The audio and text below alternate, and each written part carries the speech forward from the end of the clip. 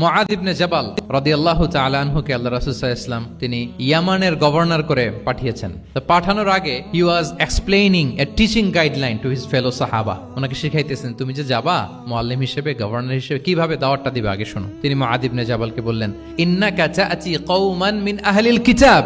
হে মুআয, জেনে রাখো এমন একটা এলাকায় তোমাকে পাঠাচ্ছি, তারা কিন্তু আহলে কিতাব, মানে তারা হচ্ছে Jewish and Christian community, they are not Muslim, তারা কিন্তু ইহুদি খ্রিস্টান ওখানে। সো তুমি কিভাবে দাওয়াত দিবা? ফাদউহুম ইলা শাহাদাতি আন লা ইলাহা ইল্লাল্লাহ আন্না মুহাম্মাদুর রাসূলুল্লাহ। প্রথমে তাওহীদের দাওয়াত দিবা। আওয়াজ করে বলেন, প্রথমে দাওয়াত হবে কিসের?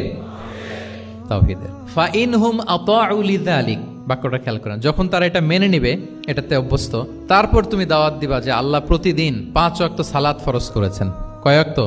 5 ওয়াক্ত সালাত। আচ্ছা, ফা ইনহুম আতাউ লিযালিক, যখন তারা 5 ওয়াক্তে সালাতেও অভ্যস্ত হবে, তখন বলবা যে আল্লাহ তাআলা ধনীদের উপর যাকাত ফরজ করেছেন। ফা ইনহুম আতাউ লিযালিক, যখন ওইটা মানবে, এরপরে বলবা রমজানের রোজা ফরজ করেছেন।